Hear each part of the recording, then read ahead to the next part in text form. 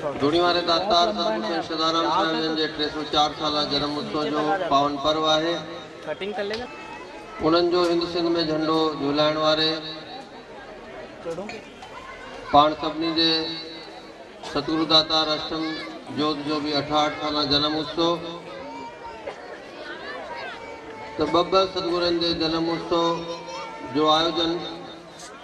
केतरे सुठे नमूने यानी केतरो वध में वध शेवा जंहिंमें धर्म की सेवा समाज की सेवा असांजे प्यारे नगरवासियों की सेवा मेहमानन के खुशी ये सब किए कार्य करे सकूं असां पंहिंजे श्रद्धालुओं से मिली करे इन्हीं सोच के मन में रखी करे ये धार्मिक और सामाजिक उत्सव सतगुरन के पावन जन्मदिन ते आयोजित कयो आहे। परमपिता परमेश्वर जा लख शुक्राना मणू था पिया। सतगुरु दातार भी यही सुठियूं सुठियूं प्रेरणा सेवा जा कम असां दासन खां कराईंदा रहन। कहीं भी संत महात्मा जो जन्मदिन हुजे या कोई भी स्थानधारी हुजे उन्हीं जो मकसद यो न हुंदो आ कि पाण वटि पब्लिक घुराइण या पंहिंजो जयकारो करण। असांजो मकसद धर्म फर्ज कर्तव्य यो ही हुंदो आ कि असां कीअं तव्हांजी सेवा करे सघूं, कीअं आदरणीय आमंत्रित पूज्य संतन जी सेवा करे सघूं ऐं कीअं संगत जी सेवा ऐं उन्हनि जे भले जा कुछ कार्य करे सकूं। इन्हीं सोच के तहत ही संतन की प्रेरणा से यो मन में विचार आयो कि धार्मिक उत्सव चाहे स्वास्थ्य जा उत्सव तो भले थियन था पिया पर कुछ अड़ो कार्य भी कयो वने कि जी कुछ परिवारन जा भार हल्का थियन। भार हल्का किए थियन छो जो अज जी या वर्तमान की अत्यंत वड़ी गंभीर समस्या है।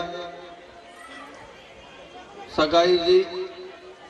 हर कंहिंजा पंहिंजा पंहिंजा विचार आहिनि, पंहिंजा पंहिंजा सपना आहिनि। छोकरो सपननि में ॾिसंदो आहे कि मूंखे बस सुंदर छोकरी मिली वञे, उन्हीं प्रकार सुंदरी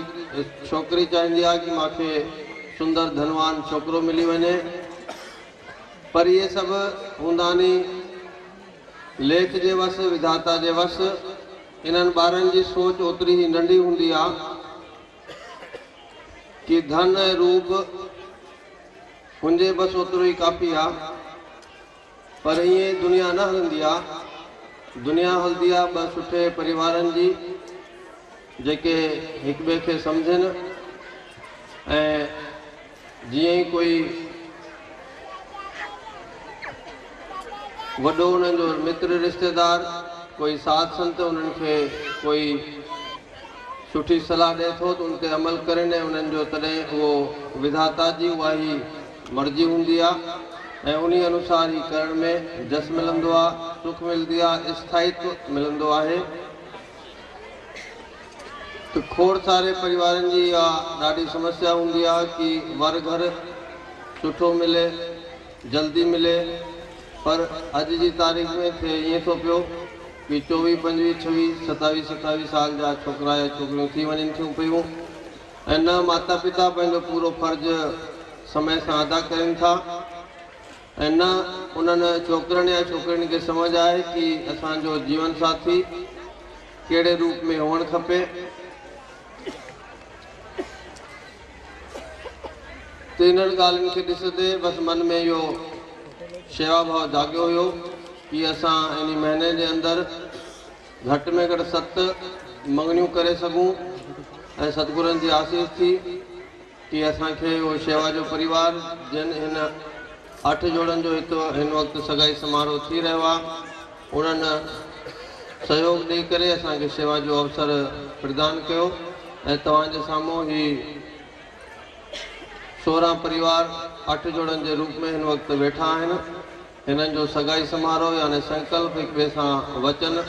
निभाइण जो एक श्री गणेश थींदो जेको पंचन साध संतन जे तव्हां सभिनी जी उपस्थिति में वॾी वॾी शुभकामनाउनि सां सभिनी जे हिते मंगल उपस्थिति सां सतगुरु दातार जे पावन जनम ॾींहं जे अवसर ते थींदो ऐं इहे ई आसीसाऊं, इहे ई असांजूं ऐं तव्हांजूं शुभकामनाऊं ख़ुशियूं इन्हनि जे जीवन में उतरदियूं। पवित्र स्थान ते पवित्र ॾिणनि में सुठे माण्हुनि जे उपस्थिति में,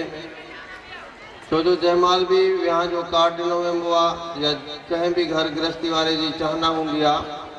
तो चाहींदो ईअं ई आहे कि मुंहिंजे घर में सुठा महिमान अचनि, साध संतनि जो आगमन थिए, तॾहिं उहो सभु आशीर्वाद ऐं यश मिलंदो आहे, फल मिलंदो आहे। इहो सभु कार्य अॼु हिते तव्हां सभिनी संगत जी, जंहिंमें पाण परमात्मा विराजमान हूंदो आहे, धार्मिक उत्सव जे विच में अत्यंत शोभनीक त्यागी पुरुष जेके सदाईं समाज जो भलो चाहींदा आहिनि।